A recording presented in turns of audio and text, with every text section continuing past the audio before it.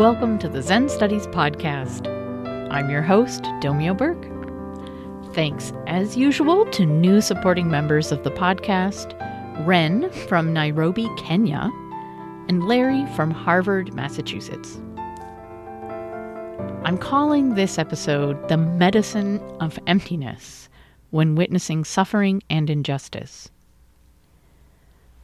In his 2021 book, The Burning House, a Buddhist response to the climate and ecological emergency, Shanti Garba writes, quote, "One way or another, it seems as though we are being forced into a kind of planetary consciousness.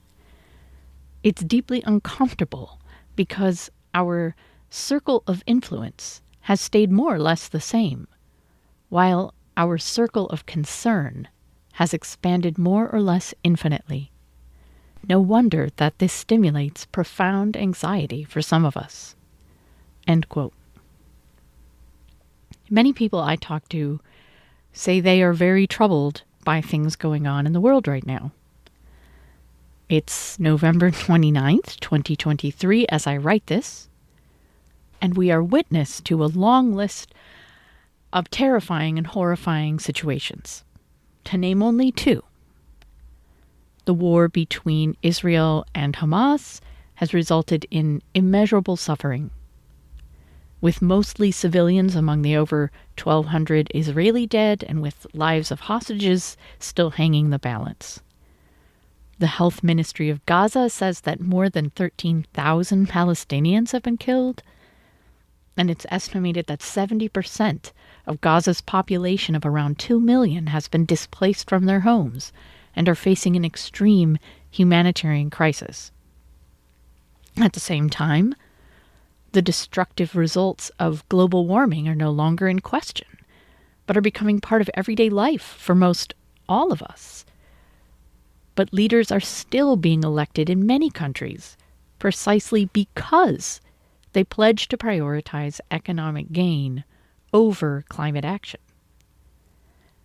How can we remain aware and responsive to suffering and injustice in the world, but avoid succumbing to anxiety, depression, fear, or hatred? These emotional states are not helpful to anyone, including those who are suffering. They exhaust us, compromise our health, limit our ability to see things clearly, and alienate us from others. They make us reactive or encourage us to shut down. If enduring negative mind states somehow benefited others, then maybe it would be worth it. However, most of us experience outrage and horror while feeling incapable of helping in any substantial way. As Shanti Garba put it, our circle of influence remains small, mostly our own personal lives, our local community, voting, while our circle of concern includes almost the entire planet and its countless living beings.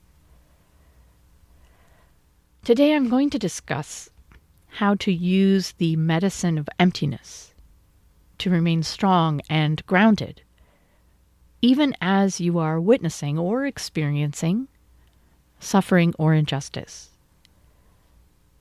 Emptiness is an extremely powerful medicine, and it is available to us anywhere, anytime. However, we must pay careful attention to what happens when we apply it. If it gives us more equanimity, while expanding our awareness and increasing our compassion, the practice is right. At the same time, we need to be on the lookout for the many, if you will, counterfeit medicines out there based on incomplete or self-centered dualistic understandings of emptiness, which may leave us instead indifferent, unsympathetic, emotionally cut off, feeling superior, or excused from taking compassionate action. There are many ways I could approach using the medicine of emptiness, but I'm going to continue with an idea I started developing in the last episode, That would be 254, Practice is How You Live Each and Every Moment, Part 2. In that episode, I talked about how you can work on awakening to emptiness in your everyday life by learning to recognize how you live in a matrix of narratives. These stories we tell about ourselves and our lives are essential. They help us make sense of the world, make decisions, and communicate with one another. However, our narratives, like everything else, are empty of any inherent, enduring, fixed nature. They're inevitably simplifications of reality and are not reality itself. To work on awakening to emptiness, I suggested a practice of noticing the liminal space between narratives when life challenges one of your stories. Liminal means occupying a position at or on both sides of a boundary or threshold.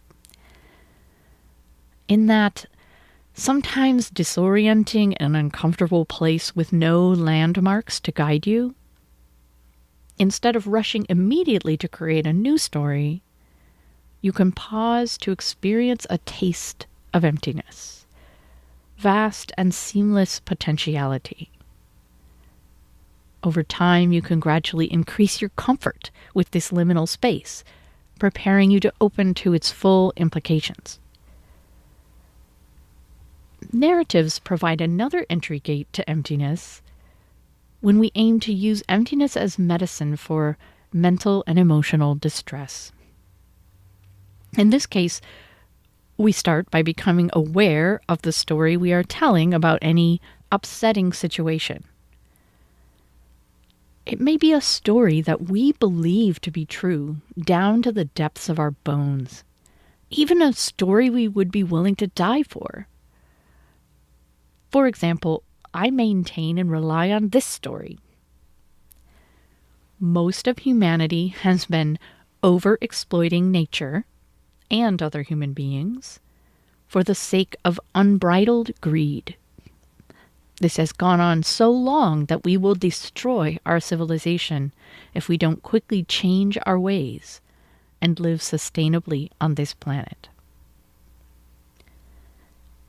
To me, this statement seems self-evident and extremely important for everyone to agree with. But it is still a narrative. Now, it might seem dismissive of me to call a serious statement or belief about a terrible situation a story or narrative. The word story can imply subjectivity. Just a story you are telling yourself, as opposed to the truth. Story or narrative also implies a degree of relativism, because the people on the other side of an issue will also have their story, and everyone has a right to their opinion, so all stories should be respected and given equal weight. However, I don't mean to say that our beliefs, understandings, opinions, and convictions are trivial, or disconnected from the truth, or merely subjective, or unimportant. When I call them stories or narratives, I'm simply meaning that they are coherent descriptions or evaluations, explanations created by human minds, involving words, concepts, actions, consequences, and protagonists. Before I move on to discussing how we can cultivate awareness of our stories and what to do next, I want to say something about the distress we can experience when a satisfying narrative about a distressing situation eludes us. We need our narratives to make sense of things, and many times, as is the case with the conflicts in the Middle East and with climate change, things are so complicated that we may not be able to find a story that clearly identifies those to blame and lays out a definitive path to a solution. Now, you may think in these instances you know who is to blame, and if so, you probably have a story that satisfies you, and I'm not talking about you here. So when a coherent story eludes us, our minds continually struggle to process information and try to make sense of it, causing us considerable stress. Alternatively, we may have an understanding of a distressing situation that feels very clear, but it is a terrible story that involves death and destruction or injustice with little likelihood of redemption for anyone involved. In this case, we have the security of a story, but it's one that will probably make us bitter or unhappy and despairing. And finally, our story may feel true and satisfying to us in and of itself, and may even include a clear course of action toward the relief of suffering or a correction of injustice. But no one else seems to care or agree. This can be painful, alienating, and frustrating. Narratives are our minds trying to cope with reality, but not all narratives give us peace of mind. When we are witnessing or experiencing suffering or injustice, our stories about the situation, whatever they are, get activated. Unless we're actively involved and trying to help real living beings in the moment, our primary response is to start reciting our story, internally or externally, or improving our story. How bad are things, really? Who is to blame? What should be done? Can anything be done? Are you responsible in any way? What does this situation say about the people involved, or about humanity in general? As long as our story is reasonably satisfying, our stress is at least momentarily relieved. The utility of stories for coping with distressing situations is beautifully illustrated by a comic called Tom the Dancing Bug by Reuben Bowling. And I've embedded this comic on the page for this episode on the ZenStudiesPodcast.com website, along with a link to Bowling's website if you want to see this comic. So Bowling created this shortly after the mass shooting at Virginia Tech in 2007. In it, a man is listening to news about the shooting. A large, amorphous blob hangs in the air behind him, and the caption reads, "One morning, something incomprehensible showed up." As he hears more about the shooting, the blob follows the man around, and the caption reads, "I couldn't control it. There was nowhere to put it. It just hung there, pushing down on me. So I waited to hear more about it." Once the man hears the shooter was South Korean, he takes out a box labeled "I hate policies on immigration" and stuffs the blob into the box.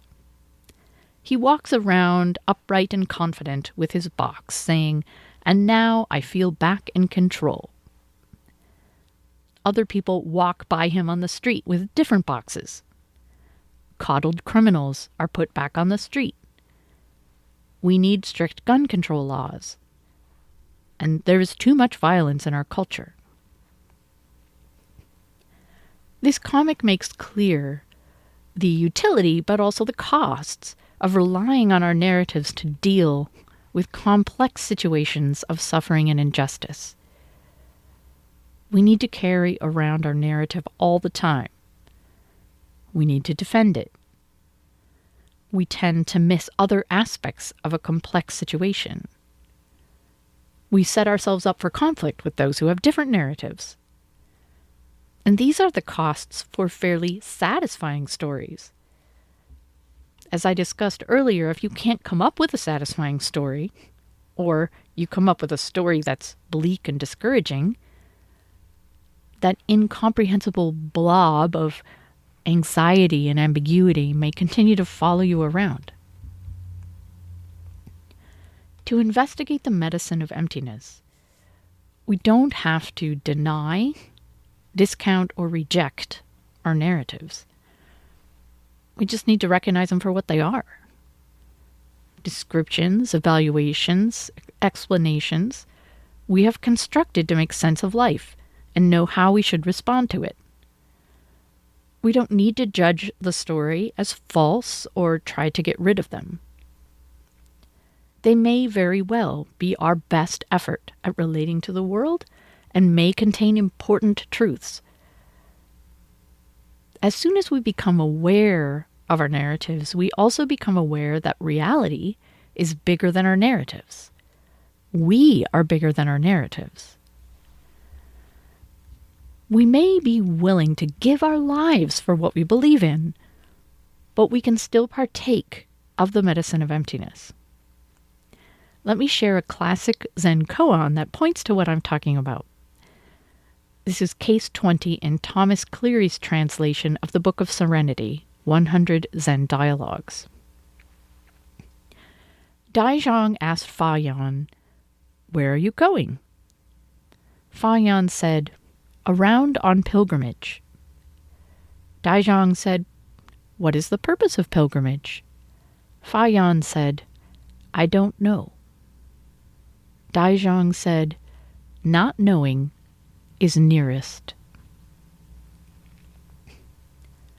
Later in the chapter, it says Fa Yan was greatly enlightened at this point in the conversation.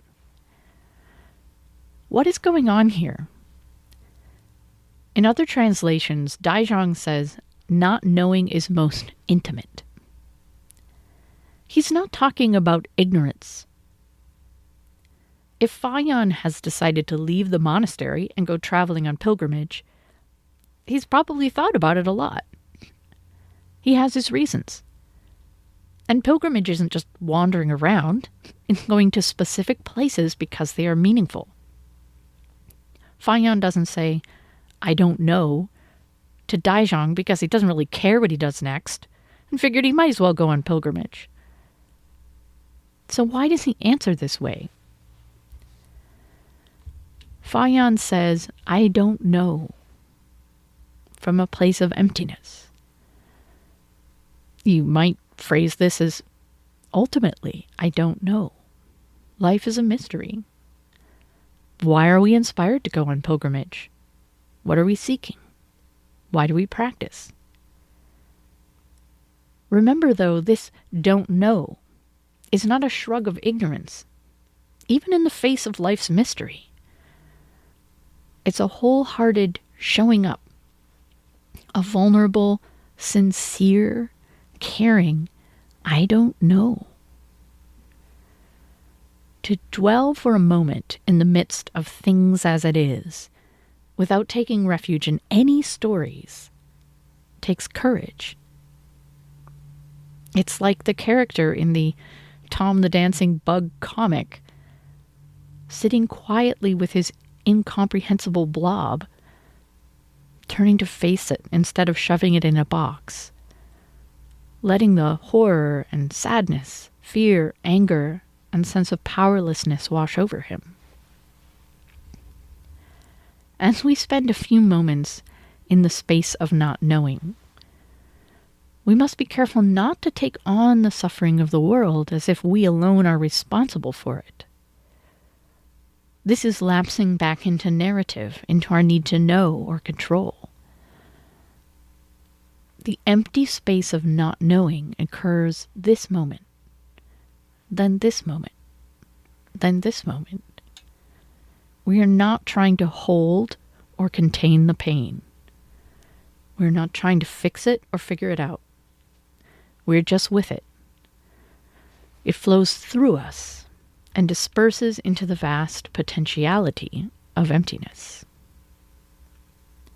Shorn of our stories, we are fully present and able to hear the cries of the world. Our sense of being a small, separate self, responsible or not responsible, to blame or innocent, fades away. The pain of others is our pain. The joy of others is our joy. And an appropriate response can arise in the next moment. This is most intimate. this is nearest to everyone and everything which is not you. The stress of maintaining and defending our stories is momentarily absent. The totality of things as it is embraces and supports you. As the Heart Sutra says, emptiness, or prajnaparamita, is great medicine. Quote, with nothing to attain, a bodhisattva relies on prajnaparamita, and thus the mind is without hindrance. Without hindrance, there is no fear. End quote. Now comes the part where I give warnings about possible side effects of the medicine of emptiness. Just like the list of unfortunate results at the end of ads for medications on TV. Although what I'm going to talk about is not technically side effects of the medicine properly applied. It's about negative results from taking counterfeit medicine.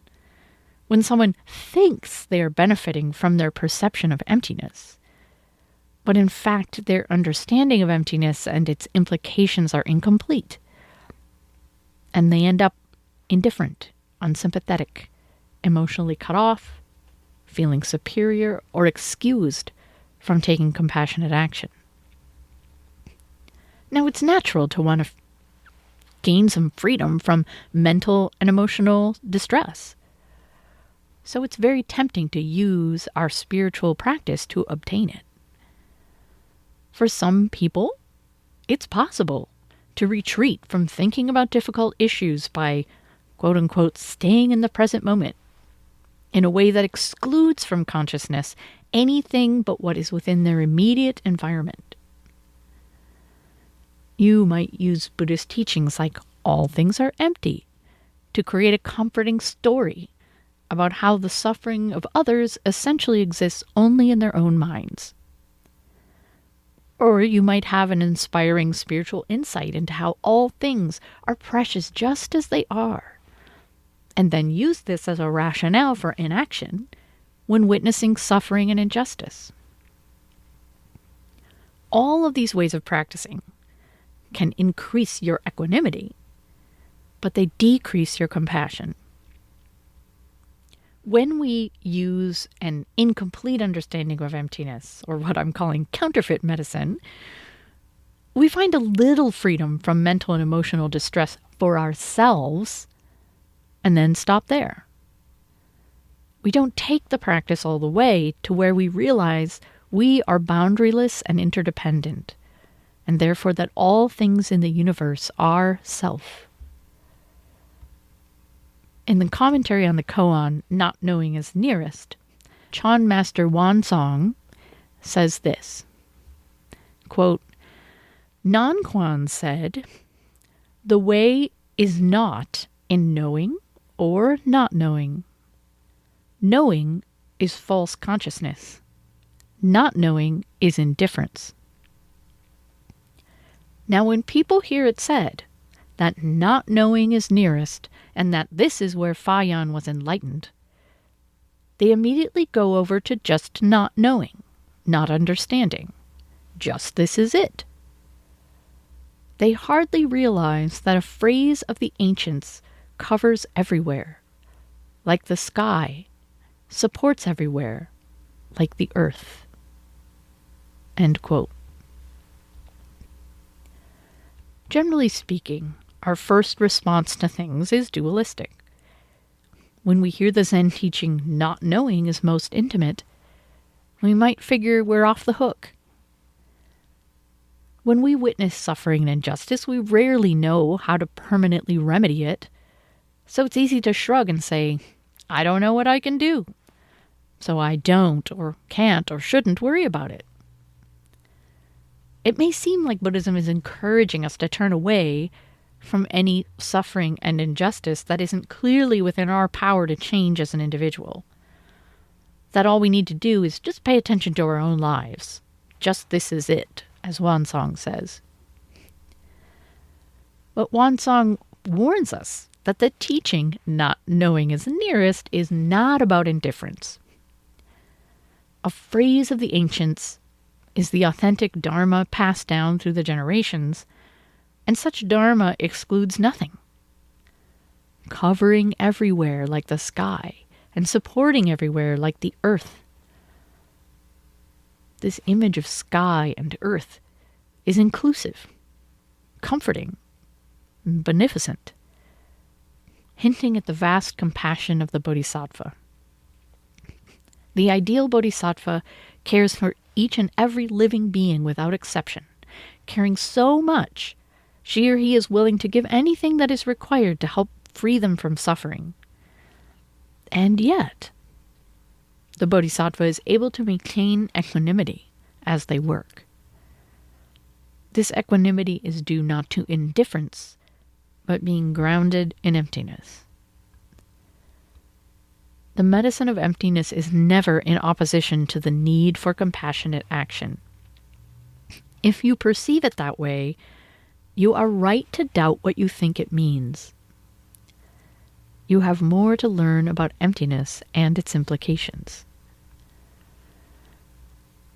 In my own practice, it took me a very long time to even be willing to investigate the medicine of emptiness. I was sincerely afraid that if I took it, I would stop caring about suffering and injustice, that I would attain some disengaged state where I would be able to appreciate how none of it mattered, that I would lose my sense of empathy, responsibility, compassion, and urgency. I was suffering emotionally with a sense of despair as I witnessed the unimaginable suffering and injustice in the world. But suffering like that for the rest of my life seemed preferable to taking the easy way out through some kind of spiritual inoculation against distress. However, I kept approaching an understanding of emptiness because so much of the Dharma had already proven so helpful, and because I trusted my teachers. I held on to the phrase from my Dharma grandmother, Roshi Kennett, "You are right to doubt what you think it means." Fortunately, wonderfully, I came to understand how following our experience of emptiness all the way through allows us to swim in an ocean of compassion. We feel even more intimate with all life, even more willing to lend a hand, even more touched by the suffering of others. Despite this sensitivity, however, we are not easily overwhelmed. We are grounded in emptiness and do not try to hold either the suffering or the compassion within our limited being. If you remain mindful as you explore using the medicine of emptiness, you will be able to avoid or escape the pitfalls I have mentioned. Start in circumstances that are relatively calm and peaceful, and call to mind a situation that is distressing to you. See if you can let go of your narratives about it. Promise yourself this is only for a short period of time. You will pick your story back up as soon as it is needed. At the same time, open your heart and mind to the suffering or injustice that is distressing you. Let it be what it is. Let yourself be who you are. Grief, sadness, or anger may arise. Breathe in the suffering of others. Breathe in your own suffering. And as you breathe out, imagine all of it dispersing into emptiness. At first, do this just for a few breaths. Eventually, you may work up to living like this most of the time. Do you need to understand emptiness in order to do the practice I'm talking about?